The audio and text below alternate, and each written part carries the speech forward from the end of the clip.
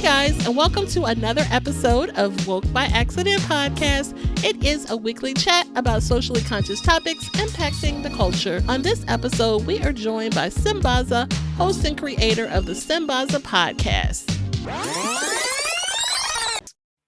Hey guys, and welcome to another episode of Woke by Accident Podcast, a weekly chat about socially conscious topics impacting the culture. Glad to be back for another week. Thank you guys for tuning in. And if you're catching the replay, thank you for that as well. We are excited to introduce our co-host, Sambaza, host and creator of the Sambaza Podcast, hailing from the Republic of Kenya in East Africa. Sambaza has made a remarkable impact in the podcasting world, earning 3 nominations for the Best African Diasporan Podcast by the APVA. He was a presenter at the 2024 Afros Audio Podcast Festival and recently returned from the 2025 Podfest. So, Sambaza brings a wealth of knowledge and unique perspectives to the show. Welcome, Sambaza. How are you? I am doing awesome, Jen. And how about you today? Pretty good. Thank you. So, we have another great show for you guys. We have another great guest. And we are going to be continuing a conversation that we had on a prior episode. But before we get to that, how are any thoughts about the show before we get rolling? I like the fact that we are continuing this episode from what we had started from, and it's a great conversation, and I think it's one that will kind of piggyback from what we started off to what we have now, and this conversation is going to be interesting for today. One thing I was going to say, hey, I've got some. This is a merch that I got from the Podfest. Cube Money. We'll talk about Cube Money one time, but this is Cube Money that I'm wearing today. I forgot who the hat is from, but you get a lot of merchandise from there, so this is part of it. So yeah. That's pretty cool. And you were so vague about the prior episode. So we actually were referring to episode 189, where we had our prior guest, Miss Trisha Dawkins, who shared about the deaf community and hard of hearing individuals and how we can be more supportive. She is Miss Dawkins was a ASL interpreter, and so she shared about her experience and things that she experiences as an interpreter working with the community. And so we wanted to continue that conversation, and our guests will share more on that subject matter. So before we introduce our guests, Sambaza will bring a word of affirmation. Some of our recent episodes, we definitely promote and encourage positive mental health behaviors and practices. So we want to bring you a word of affirmation. And so Sambaza will give us a word of affirmation. Sure. This week's affirmation is from a guy called Asante Amin, and this is actually going with the we call it Black History Month. That's what we're trying to celebrate. We're actually starting a bit early. And here's how it goes. My very existence is a manifestation of victory, healing, and abundant Black joy. I am Asante Amin, and I've come as an ancestor's wildest dreams. I'm a soul scientist, calling forth new realities with every note I play, and I will continue to radically imagine a vibrant future for my people. I am clear why I am here, and I am worthy of infinite love. Asante Amin. All right. Awesome. Thank you for sharing that. And so we will go ahead and get ready to introduce our guests. So our next guest is a passionate advocate for the deaf community and an empowered parent of a hard of hearing child. She has over 15 years of experience working in the telecommunications industry. She resides in Dallas, Texas. So we are glad to have Miss Sharon Walker. Hello, how are you? Hello, welcome.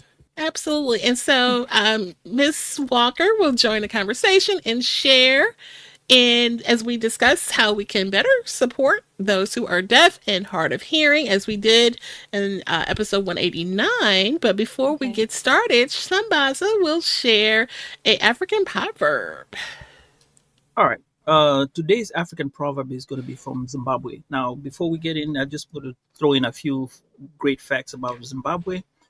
This is regarding Victoria Falls. Zimbabwe is home to Victoria Falls, considered one of the seven natural wonders of the world.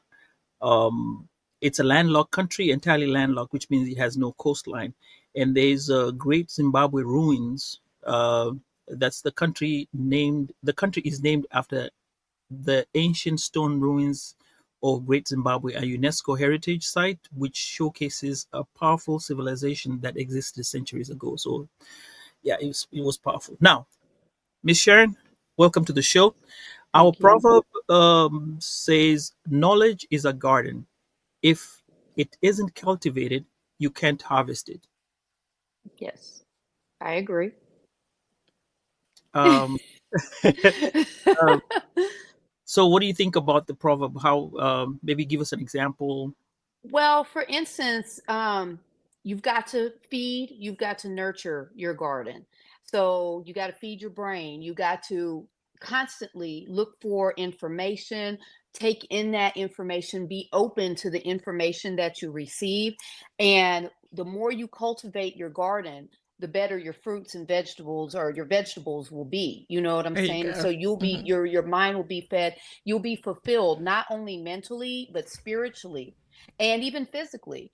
And so you just got to keep on taking care of it. You can't let the weeds grow in and mess up what you're growing. You've got to constantly go in there and pull out the weeds. You've got to put the nutrients in it and everything. And it's just kind of like your body. Like if Mhm. you put organic stuff in there to for your garden, you're gonna have those nice, beautiful, pretty vegetables and everything like that. But then if you just let any chemicals in there, it's going to be all ugly and gray looking and stuff. And that's what our brain is. Our brain and our body is like that garden, and we need to constantly keep up with it. And whatever you have to do, working out, getting education, spiritual, mental, all of that, so you can keep on living and growing, and also giving it to other people. Amen. I like that. Mhm. I like that. Yes, awesome. All right, now that gets you comfortable, and the Okay. next question is to talk about yourself. Just share a little bit about yourself, who you are, and then you will ready for the next question. Okay. Well, my name is Sharon Walker. I have two children, a daughter who's 27 and a son who's 24. My daughter is a school teacher and she's working on her master's degree, and my son, he chose to take the work path, and so he's working and everything, which is fine. Great kids. I've been working in telecommunications for over 25 years, but with the company I'm Oh, with, I've been there for 11 years. Born in California, Cali girl to the heart, but I lived in Kansas City most of my life, and then was moved down here to the Dallas Fort Worth area. And so I work, and now I just travel. And I also do volunteer work with Texas Department of Criminal Justice. And we're working on helping people not only with Texas inmates, but also inmates around the country, with helping them with their writing skills and, getting their voice out and trying to do something positive, to not go back when they get out, to get them on a positive track. So that's something that we're awesome. working on, that I'm working on now. But for, since I had been in my 20s, I as a mother, and the topic of this podcast, my son was born deaf. Hmm. Okay.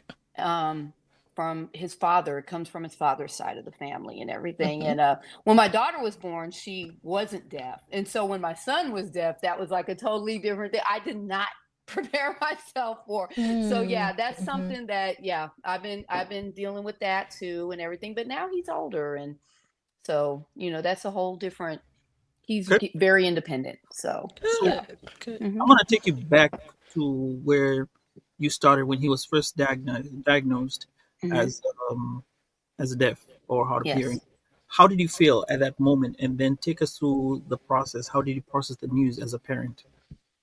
Um, Back when my son was born in 2000, now they test babies when they're born for Mm-hmm. to see if they're deaf. But at that time they didn't. And my son was not responding to me like a baby would. Like if a baby hears you crying, I mean, if that baby hears your voice and they're crying, they calm down and everything. And my son wouldn't do that. He got the best sleep in the house. Like we used to go and put a mirror under his nose, like because he would just sleep a lot, you know. Mm-hmm. But one day I was talking to my ex-husband, and I was like, I think Perry might, be kind of slow or something. We need to get him checked out. And he was like, Sharon, he's deaf. And I was like, you think?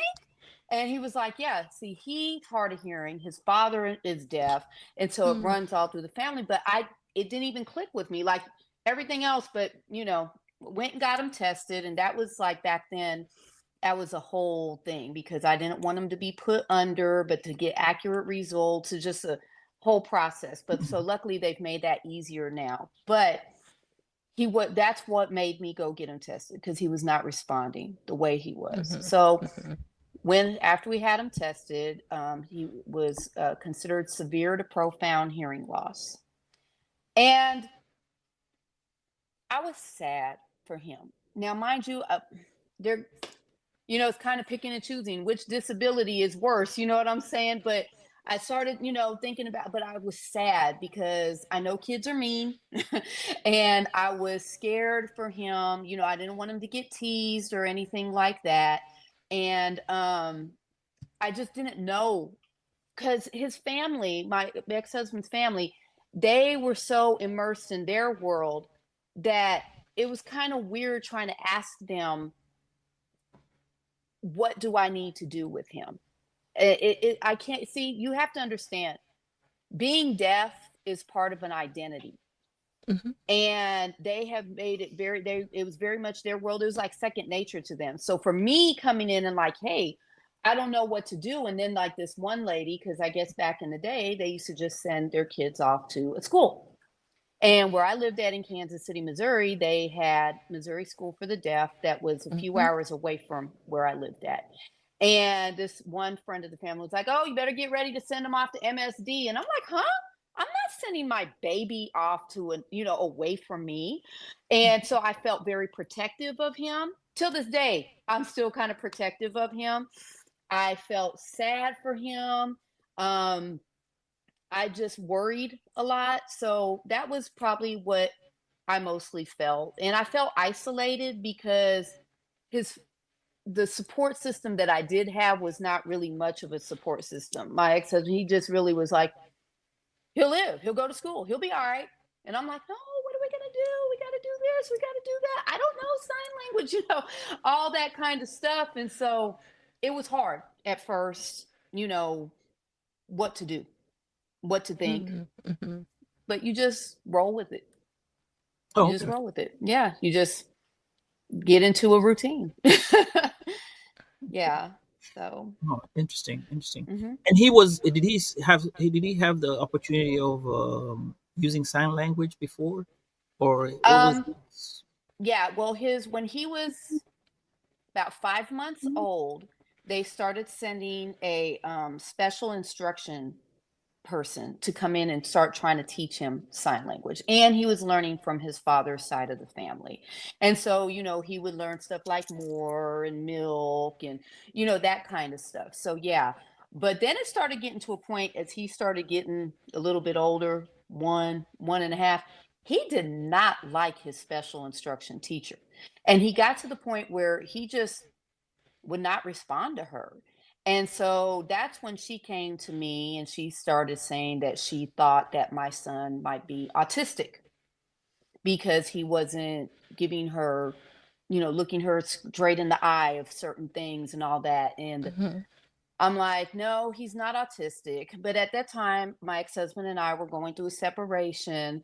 And I had found out that my employer paid for cochlear implant surgery for my son. And again, that was another controversy I went through with his father because, again, deaf culture, they were very against the cochlear implant.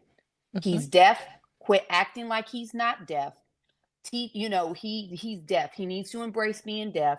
Don't try to force him to hear. That was the things I kept getting told. Mm. But a lot of people, I went and got educated about the cochlear implant. And what I found out was that, yes, he's deaf.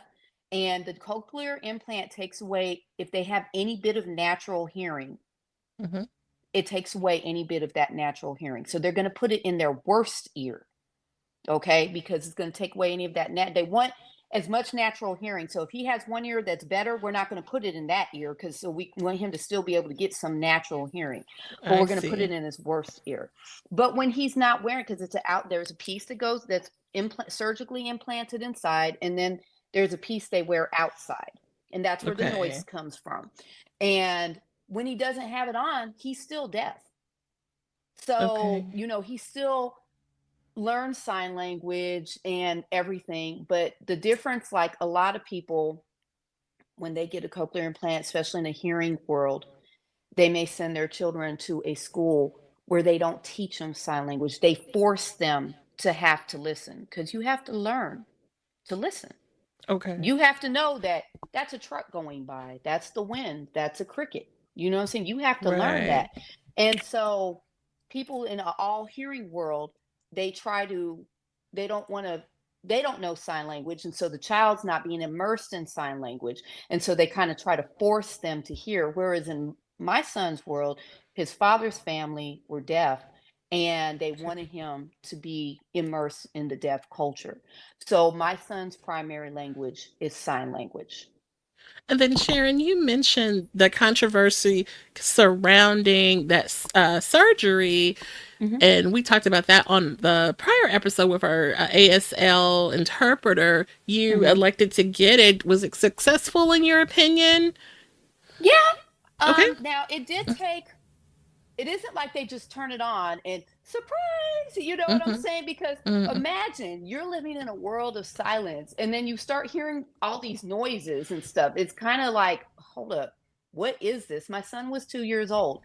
He didn't take to hearing well. It's like Okay. when he started going to school, he always took it off if he was on a school bus because, again, the wind turbulence, the trucks driving by. If he was in the lunchroom or the gym, the echoing of the noise, he did not like that. So he would always take it Okay. off. And when he would go, because his grandmother babysat him after school and stuff, she didn't force him to wear it either, because again, she's deaf. And so we would go through controversies where he would lose, like, there was a couple times my son lost the outside processor. That thing is Mm-hmm. like $6,000. Oh, Okay. wow. Thank God I had wonderful telephone company insurance that would replace this stuff because not everybody has that. Mm-hmm. Mm-hmm. And so you have to keep up with the equipment. You have to go to the audiologist, get it updated. And especially, mind you, this was back in 2000, 2002 when he got implanted. It's There's so much advancements now. Mm-hmm. But so my son hated it at first. But now Mm-hmm. with the advancements that they have, like now they have where you could Bluetooth music into the cochlear implant. You can Mm-hmm. have your TV. And so now that my son has the where he can listen to his music and stuff like that, he wears it more. But when he was Okay. younger, he hated that thing. He did not want to wear it. And again, it was a constant battle between me and his father of making him wear it. His father wouldn't make him wear it. His father's family wouldn't, but then here I am and my family, we're making him wear it. So, Okay. yeah, that was a battle. Mm-hmm. Now, there's this issue that we talk about, the dinner table syndrome. Have you heard about that before? No. Um, Let me remember. Do you remember what it was? I think it's about. Yes. Wait. So, we discussed it, and I was gonna kind of table that because we Mhm. were talking about something else. But so when we had the interpreter on, she was saying that the children she worked with, a lot of them, their families don't sign. So it may not be, so much related to you all since you have people in the family that do sign and know how to Mhm. communicate. But I guess in these instances, it's where everyone else is speaking normally in front of the person who is hard of hearing or deaf, and they don't know what's going on. And Yep. so it's a dinner table syndrome, we were Yep. explained. It is. It's being polite. If a deaf person is around you and you know sign language, then you need to be signing to them what Mhm. everybody is talking about in a group setting, because they could just be sitting there and we're all just talking and they don't know anything, and it's rude. It's Exactly. as if you and I were talking and we're talking about Stephen, but we're not including him in the conversation. It's rude. And it's Hmm. the same Hmm. thing with that with deaf people. And then another Hmm. thing, that one of my biggest regrets, I'm going to tell you now, is I did not learn sign. I'm not proficient Proficient. in sign Hmm. language. Hmm. Okay. um I worked again for the phone company, had very crazy hours all the time, never know what your schedule is going to be. And I would sign up for sign language classes, and then something would happen with my work schedule where I had to drop the class or something. You know what I'm saying? And another thing, when I signed up for one class, we had this one teacher. She was wonderful. She said, I could tell you the first ones that are going to drop out of this class. And she said, that's parents of deaf children. She said, because you guys take for granted that you're going to learn sign language. And it's Hmm. true. I'll pick it Hmm. up, I'll learn it. Well, it's a thing where my daughter and her brother and sisters, they're young, they have their own sign language, you know? And so when we're having certain discussions, I'm like, what did your brother just say? And she just kind of laughed, and then she said, oh, he said this. And I'm sure he said something else, but you know how kids are, Hmm. right? But they developed their own sign language and everything. And I'm Yeah. sure there were some things I was left out of in conversations, especially between the siblings, because I did not become proficient in the sign language, and also because they also developed as siblings their own little special ones. So Hmm. um it's a struggle when you're having to work. And then, like I said, at that then my ex-husband and I, we divorced and everything, and I didn't really have a lot of support from him on that type of thing Hmm. with communication with my son. And so a lot of times it was delegated to typing on the cell phone or writing things out. And boy, you should see some arguments him and I had writing things out and stuff like Hmm. that. And but Hmm. learning about the deaf culture, not turning your back when they're talking, not turning your head. Oh, when my son would get mad, first thing he'd do is turn his head. I mean, like letting me know I am not listening to you. And Mm. so Okay. you've got to learn, those certain, you've got to be polite, and you've got to learn to have eye contact, to include, make them feel welcome. And this is the thing. We're a society now where it used to be, again, people ship their kids off to deaf school. Bye. Hmm. But Hmm. now they're streaming them into regular society. And so we all need to get on board. And then also with, people now being diagnosed autistic, it's, something that's now being diagnosed, whereas back then they used to put autistic people away, and all Hmm. that. Now you see more Hmm. autistic people out here. A lot of people who have autism learn sign language too. Yes. So Yes. it's something that I encourage, and I need to do better, is learning, becoming proficient in sign language. Okay. Yeah. All right, we'll take a short break and go through the comments here. And I want to say welcome everyone who's joining in. And we have Concrete Pastures. Well, that's the podcast, but she's called Cece. And she says, "Wow, $6,000. Yeah, that's a lot." Mm-hmm. Yes. And she said this conversation today is so informative. And Thank we you. have a question here from Kadara Woman. That's Lola. Kadara Woman is a podcast. The host is called Lola, and she says, "What's something we should be mindful of when we meet deaf or hard of hearing people? What does Sharon wish we all knew?" If you meet somebody who's deaf, don't start talking louder. Mm-hmm. Hi. Don't do that. Yeah. It's yeah, don't start doing that, or say, oh, I'm sorry. Because the thing about deaf people, they're very proud. Very proud. Mm-hmm. No, don't. Oh, I'm so sorry. Oh, I'm sorry you're deaf. No, they're just like you. They're not stupid. They're not dumb. Don't treat them like they're stupid. Don't treat them like they're dumb. Don't treat them like they don't exist. Mm-hmm. They are just like you and I. It's just that they cannot hear. And so, be respectful, but also don't hesitate to ask questions. Most deaf people would welcome you to ask them questions instead of just, "Ooh, let me get away." And so Yeah. even if you Yeah. just have to type something on your phone or write something down, always be polite, be aware of that, and just be polite and just treat deaf people like you would any other person Mm-hmm. that has a disability. They are a person, they exist, they're here. Don't act like they don't, and don't act like they're stupid, because they're not. That's why I hate when people say, and it's an old school term, deaf and dumb.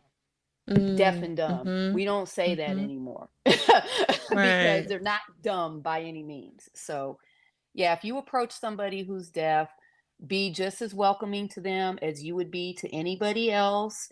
Don't make a spectacle about it. If you need to Mm-hmm. ask them something, find a way. If you got to type it up or write it down, do that, and just respect them as you would anybody else, as you should anybody else out on the street. Okay. Hmm. Oh, and I think we have the comment or response again. Lola says, "I'm glad I get to interact with them at my local grocery store. That's HEB in Houston. They have Hmm. them work at the cashiers as baggers. Hmm. Do we get to sign? Oh, we get to sign. Thank you. Thank you. His line how Yeah. to say thank you. How do we say? Thank you. How do we say thank you? Thank you. Oh, okay. Yeah, thank you. You're welcome. Yeah. Okay. Sorry. Yeah.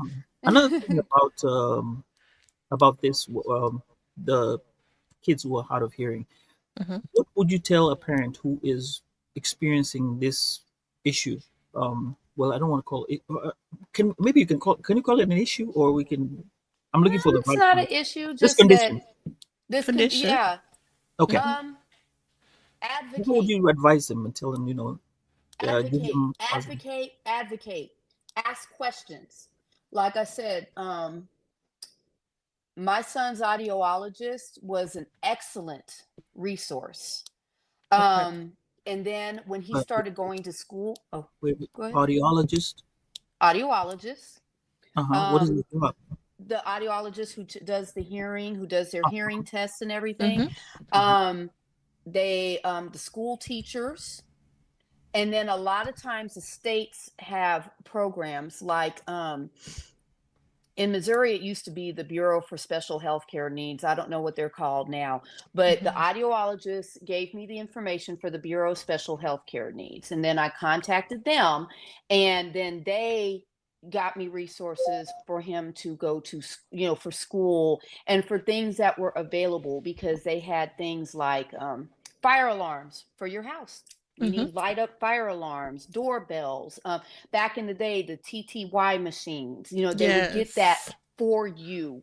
And then when they start going to school, they have something down here in Texas. They call it a ARD, but up in Kansas City, they were IEP, and it was where they develop an individualized education plan.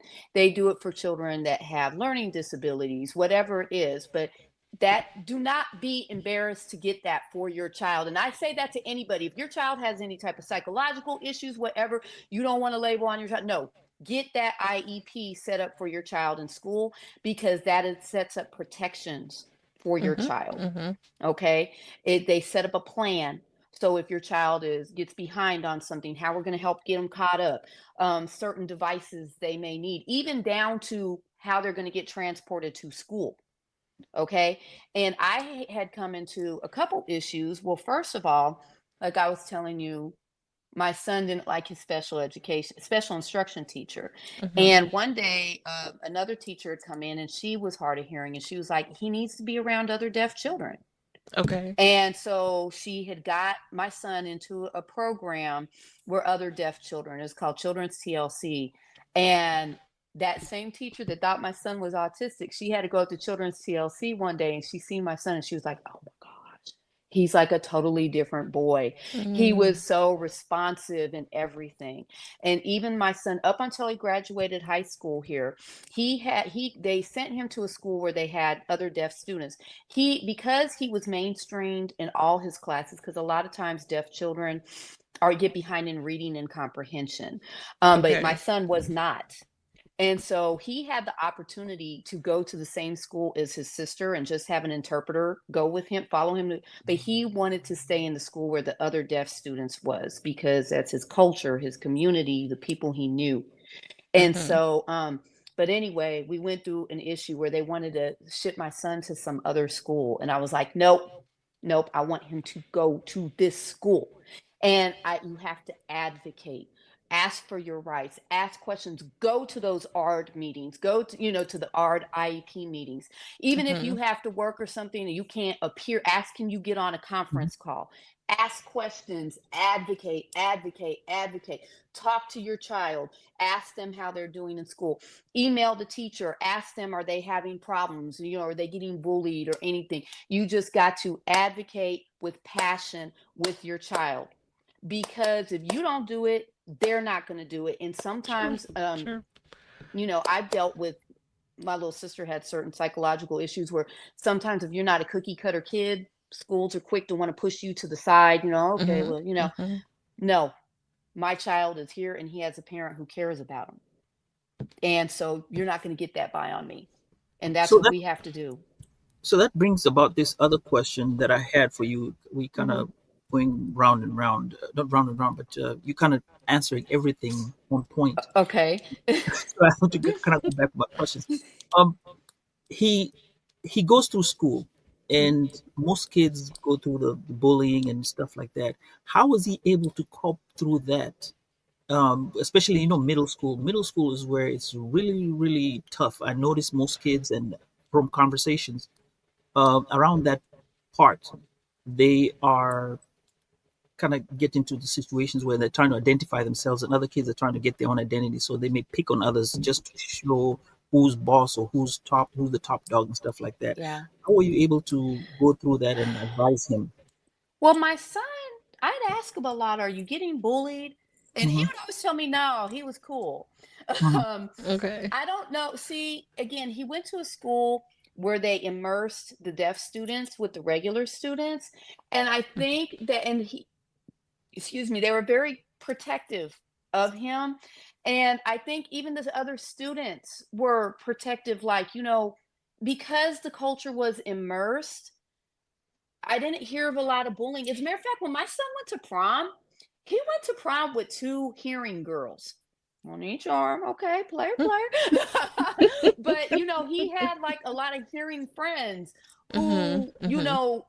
and so and I had another friend who went to that same school several years before, and she was just talking about how pretty much all the students there, they knew the deaf students were there, and it was not a thing. You didn't hear about them being bullied or anything like that. So I mean, I'm sure I was more worried about my son, like as he got older, um, being out here in this world, because my son's biracial, and Mm-hmm. him being a brown boy out in this world and deaf. And to be honest, I was more scared about if my son was driving and ever got pulled over by a police officer than him being Okay. bullied. I mean, I'm gonna be honest about that. Okay. And so those were, but as far as like with school, I always would say, again, stay in contact with the teacher, talk to your child, talk to the interpreter, because that interpreter is with your child. They're walking down the hallways, they're in the classroom, they're Mm-hmm. having, you know what I'm saying? They're going to be a little more aware of certain things. And so if you need to, talk to the interpreter and say, hey, I think my child's being bullied. And if you have to get the administration in there and talk, but you've got to instill pride in your child, like we have to Mm-hmm. do just if they're Mm-hmm. hearing, but also be even more when they're deaf. You're not stupid. You're this. Do not allow people to do this to you. Do not. And you just have to keep doing that. And like I said, if my son was being bullied, he didn't tell me about it. Okay. And there was no That's real good. signs of Good. it. So, yeah. I think I'll equate this. I'm going to equate it to my high school where you, people were from different communities, and we never realized what community they were in until maybe we left. So Hmm. if you're part of the school and we go with you every single day, we know we you are part of us. So we don't look at those things. Those things are like, okay, it's just he's there. He's one of us, and we Yeah. don't whatever is inadequacies or if there are any when we're not looking at that. Okay, Yeah. I get the point. That was awesome. We Yeah. got something going on the chats. Let's see. Lola says the schools do that for non-deaf kids too. Parents should always advocate for their kids. So it That's Mhm. goes. true. Mhm. That's true. Then she says again, I think that that was an amazing decision to immerse him in a school environment with hearing kids. Teaches the other hearing kids to be more emphatic too. Yes. Well, Mhm. Yes. it was Because one of again, like I said, it used to be you see a deaf person, it's like, oh my gosh, that's a freak of nature. Oh my God, there's a deaf person. But now it is the more they're being immersed, and the young kids are starting to learn, you know what I'm saying? And like I said, you're always gonna have bullies. Like I had a coworker who told me her son was blind. And at his Mhm. school, kids used to come up from behind him and push him down and do stuff like that. Yeah. So kids Mhm. can be mean. Again, like you have to do with any child. Stand up for your child. Stand up for Definitely. them and pay attention. And yeah, that's just what you have to do for all of our kids. We need to protect our babies. Mhm. Absolutely. Think we caught up. Oh, we have one other comment. Peace and oh gratitude yes. from Brother Ed. Thank you. Oh yeah, All yeah. right. Well, Thank you. he's Thank you. All right. And so I will say also that the schools, like down here in Texas, I forgot what the agency was called, but they changed it over to Texas Workforce. Mhm. And towards the end, when my son was getting close to graduating from high school, they set him up with a Texas Workforce coordinator. And what they do is to state of Texas, they offer free in-state school tuition for deaf and hard of hearing. Oh So they wow. could go to any state university or college or whatever, and they set them up with person from Texas workforce, and they either set them up to go get started to go to college, or do they want to go to work? My Mhm. son first started out with the college track, and he went to community college, and he decided he didn't want to go anymore, but he told them he wanted to start working. And they have great resources. They helped find him a job. Um, they provide an interpreter for him to do an interview. Um, work shoes, that kind of stuff. If he has a problem, any disciplinary issues or anything, he could go talk to his caseworker, and Okay. they, help him with all of that. And so my son, he drives to work every day. He got a speeding Okay. ticket one day, okay? Okay. Oh, and they sent him when he was 18. Texas School for the Deaf offers a driver's education program, and they Hmm. sent him away for a month. He went down to Austin, Texas School for the Deaf, and they taught my son how to drive for free. I was just Did gonna not say, have with to you pay for have that. to pay. Yeah, And that's it was good. great because yeah, I could teach somebody how to drive, but when you're deaf, a deaf person teaching a deaf, they teach them about those things to look for, the cues to look for, to make sure you're staying on point with your vision and everything. Mhm. And I hate to Mhm. say it, but my son, he drives better than his sister does. I do not worry Really when I ride in the car with my son. Okay, my daughter, I'm a little, good. but my son, very calm, very good, no problems. And so Okay. again, you got to remember a deaf person is just like anybody else. Hey, and yes, he drives, he listens to his music, Bluetooth into his cochlear implant, Mhm. all that stuff. So, yeah. But they, again, the schools should be providing the resources that they need when they're going from elementary to middle school, from middle school to high school, on up to beyond.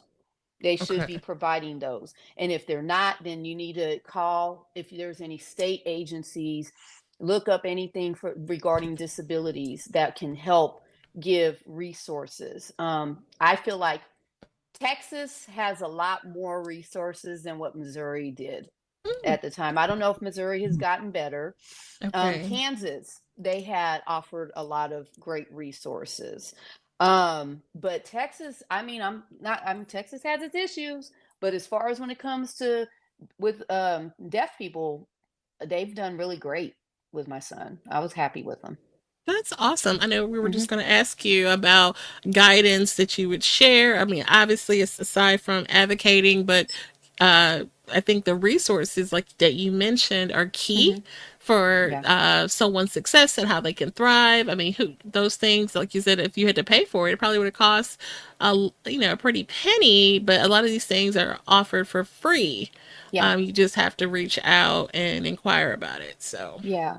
And like in Missouri, my son went to like summer camp. They had summer camp. They had a summer camp at Texas School for the Deaf, Mm-hmm. where like when he was like, I think it was 16, and they taught him like how to fill out a job application. They taught him how to ride a bus, a city bus, and all that. And when he went down to Austin, that's when I had like, okay, I need to have a conversation with my brown boy about, because I'm like, he's gonna be away from me for a month, and I'm like, anybody, he runs into anybody that may mess with them, because you hear Mm-hmm. stories of people using sign language and then somebody thinking they're using gang signs and shoots them. I mean, you hear all these Mm-hmm. stories, and it makes you just want to protect your child even more. You know what I'm saying? And Mm-hmm. so that is the thing, is like that I do have trouble with, is learning to let go with my son, and that, he is grown. And me and my one friend, we talk about, he's like, Sharon, are you ever going to let him move out of the house? And I'm like,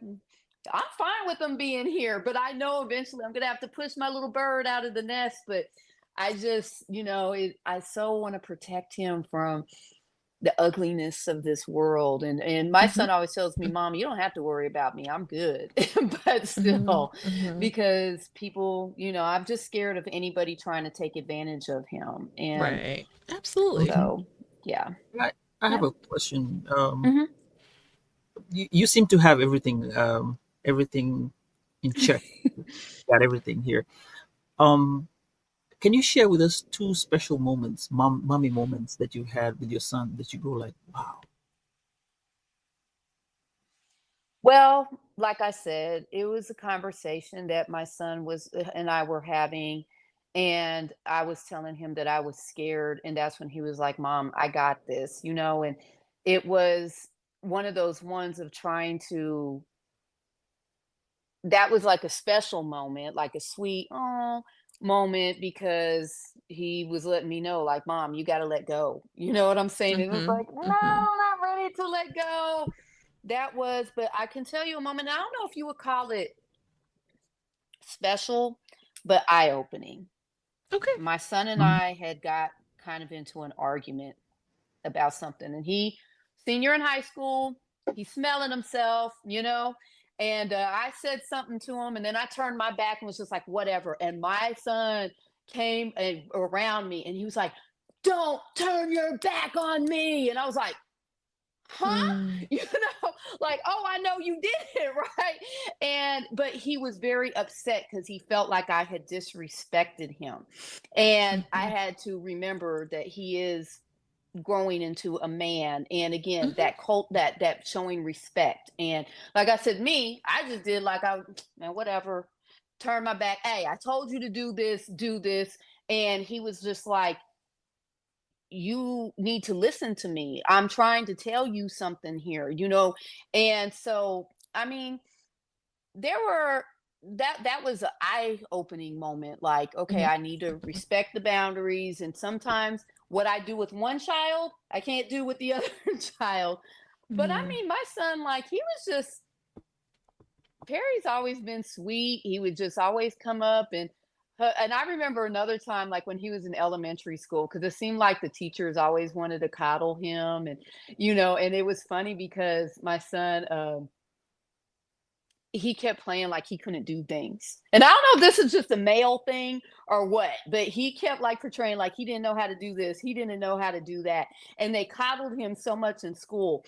And then they went and did an IQ test on him and he scored pretty high. And they were like, oh, Perry's been getting over on us. And so it was like, but they treated my son like a big baby up in there. Like I had to constantly get on to the teachers like, hey, quit babying him, make him, do this and all that. But he was so sweet. He would always come up and hug people and had this wonderful smile, my little PJ. And so, I mean, it is hard to not, he's so darn cute. You just want to, I can tell you another moment. One time we were in a Foot Locker and there was this girl that was helping get his shoes on or whatever. And she was kind of playing with them, and everything. And I'm just sitting back and I'm just watching. And then she goes, what? You don't know how to talk to me? And I'm just sitting there and I said, actually, he doesn't. He's deaf. And she was like, oh my God. And she started crying. And I was like, I'm so sorry. I will never do that to you again. But that was another issue that I did have. I'd be in the store and if somebody would want to talk to my son and like some people would get offended, like, oh, he doesn't know how to talk. No, he doesn't. He's deaf. And so, and my son, he would just like laugh at people, I'm like, what are you laughing at? And he's just like, look at how they're acting and stuff. And so, I mean, okay. I don't know. It's, you have you get your own little jokes inside and everything. Yeah. Just like you would with anybody else, you just got to interact. And you told me that joke before, and I was and there's been times where like me and my son, we'll play karate, kung fu fighting. We just get out there and just mess around and everything. But yeah, it's like I said, it's like you would with any other child, but it wasn't a miracle moment when his cochlear implant got turned on. It wasn't like how you see some videos of people, especially grown-ups, who may have heard before and they lost their hearing and then they get the cochlear and they're like, and you see, no, it wasn't that. It was more of a like, what the heck is this? It's a lot. So okay. So I guess you did answer my question. I was thinking of how to ask you about uncertain things that would get you overwhelmed, but you kind of answered all those questions from about sweet moments. So I really appreciate that. And we also have comments regarding that from Lola from the Kadar Woman. She says, thank you, Jen and Sambaza, for highlighting this story. Sharon, thank you for humanizing being a parent to a deaf or hard of hearing child. She said she needed to hop off. And then Miss Bird here says, we run into that with my great nephew who has autism. So he is also hard of hearing. He can hear, but he speaks.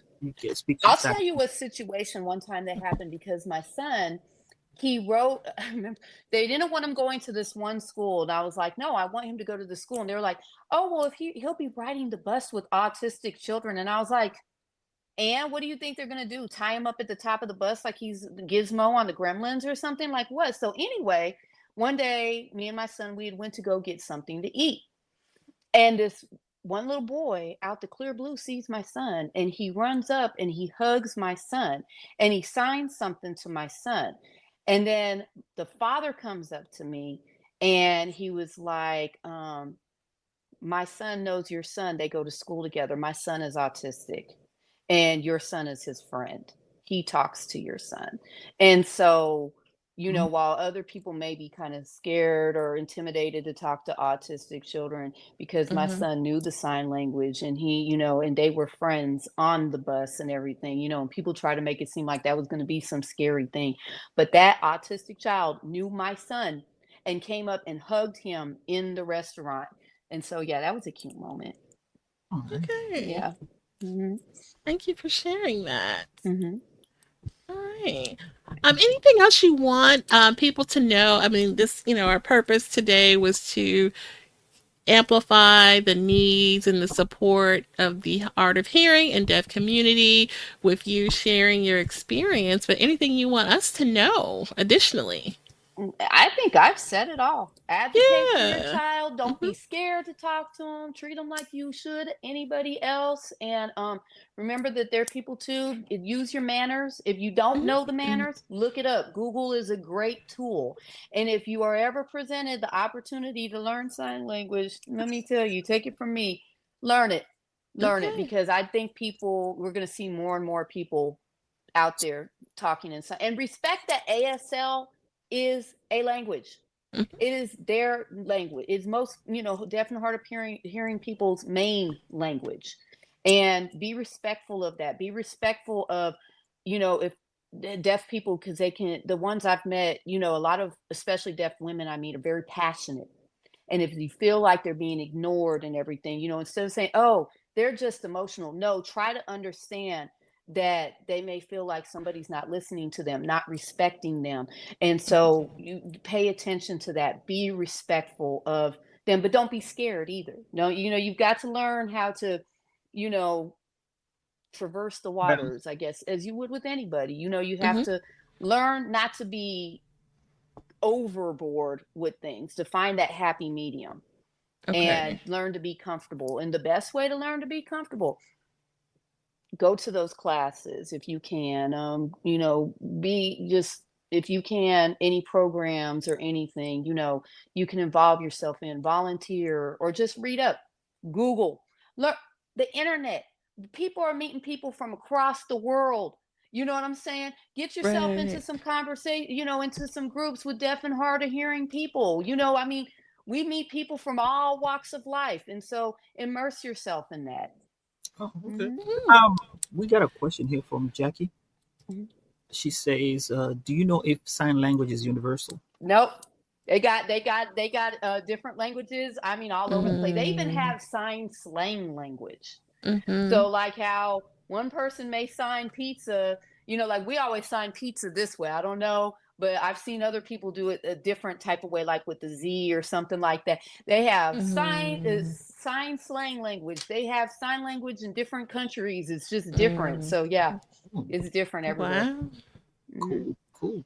Very So good. I've learned one thing today. Don't turn your back on somebody who is deaf or Don't, hard of hearing. I think don't. number one thing I've learned today, and I thank you for letting us know. Yeah. My other question is, if you had to do it again, what would you tell yourself on the day you had your son? Is going to be okay, and learn that sign language. Mhm. Learn that sign language, because there are times, oh, texting and writing, or me spelling things out by alphabet, it could be exhausting. So learn that, and respect, again, the culture. Your child is deaf. And so get ready to immerse your child into that deaf world, and respect that, because they're going to look for it. They're gonna look Mhm. Mhm. to, because that's they're gonna children are gonna gravitate to what they're supposed to gravitate to. And if you're a deaf child, you're gonna want to be around other deaf children. Don't try to push the hearing world on them if they're not ready for. Try to, you know, even it out and everything. You respect their culture. And that's Okay. the only thing that I would say is me. I wish I would have did the sign language more. Okay. That's like my biggest thing.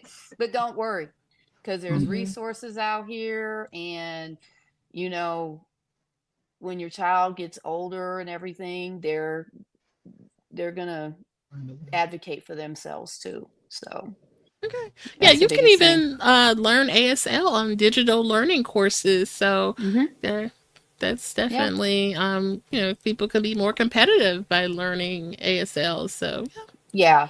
Yeah. Yeah. But like I said, at first I was just more felt sad.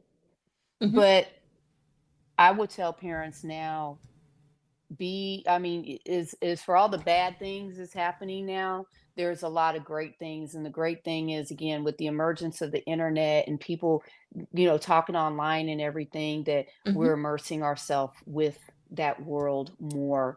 And people are being better about it. Yes, you always run into mean people, but not so much, because now, and it's not a secret. It's nothing to be embarrassed about. It's Hmm.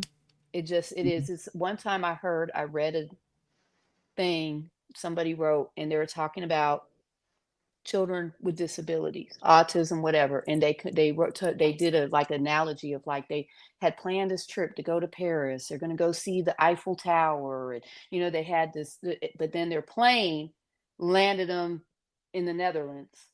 And they're like, hold up, I want to go see the Eiffel Tower. I want to go to Paris. I want to do all this. But they didn't think about the tulips and the food and the culture and everything. And so once they learned about the Netherlands, they saw the Netherlands is just as beautiful, but a different kind of beautiful. And that's Mhm. if you have a child that's born with a disability. Don't look at it as, my child is not perfect. My child, oh my God, Mhm. such a disappointment.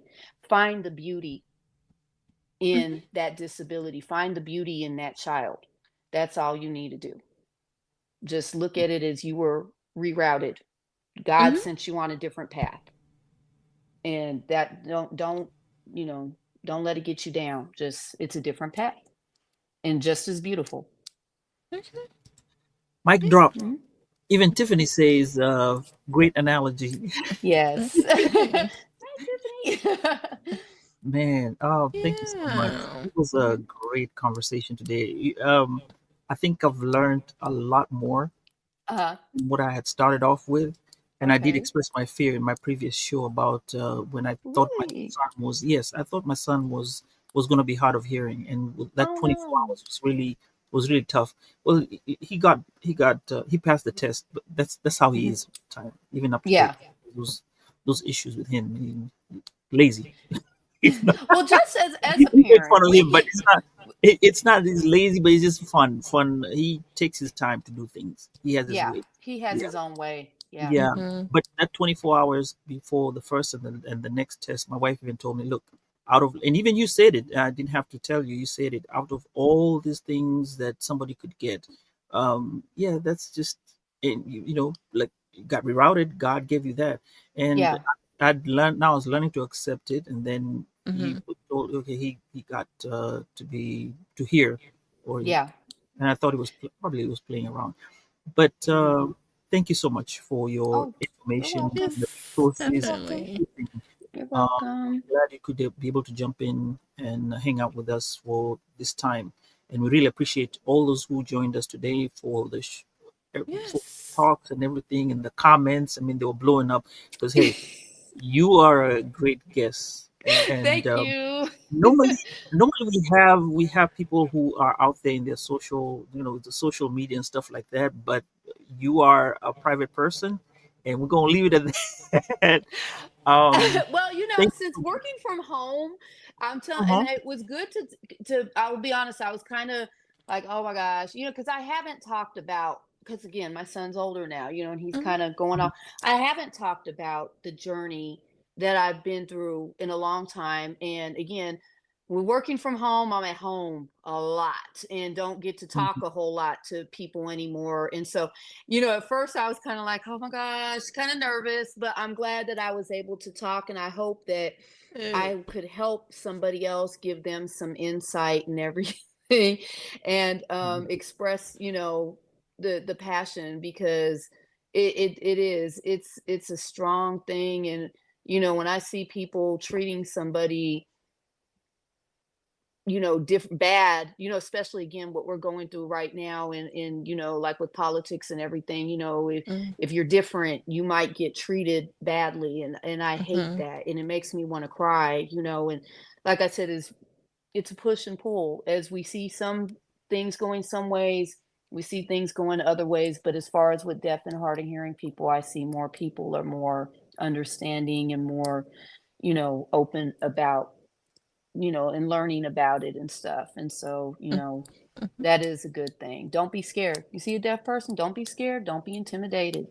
They're just like you, and they love for you to ask them questions. Even if you ask them questions that are like, I know one day somebody asked me, does your son read in Braille?